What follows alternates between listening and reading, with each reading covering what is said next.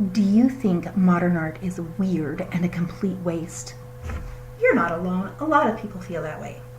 You may have heard art people say things like art enhances their life experience or heightens their perceptions. So what is it that they think is so great?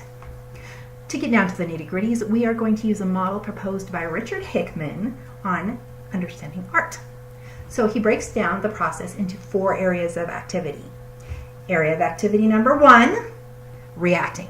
So your initial reaction to an artwork is actually a really good place to start exploring ideas, but you need to remember that it isn't objective and it most certainly shouldn't be final.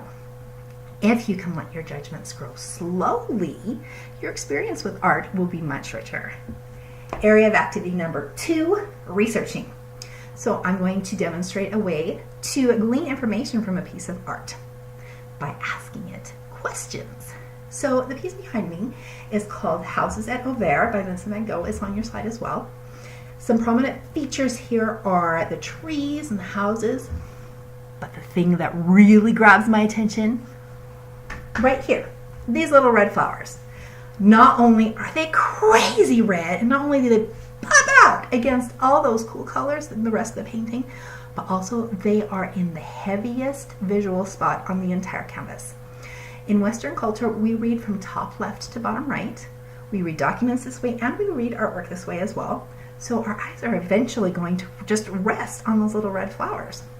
I thought this was odd, that such a minor element in the work would command so much attention. So I had to ask it, if these little flowers are so important, why didn't you make them bigger? And the artwork responded saying, consider the whole piece. So I looked at the sky, and it's gray and foreboding, and those crazy horizontal brushstrokes are just going to blow over that cypress. I looked at the house, and it is so cold and lonely and kind of spooky.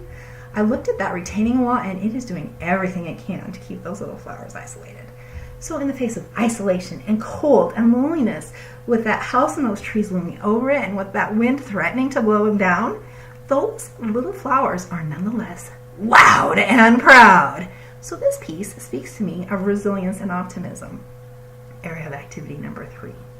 Now that you've had a chance to converse with the work and maybe even read something about it, now you are in a position to make an interpretation based on reasons and evidence.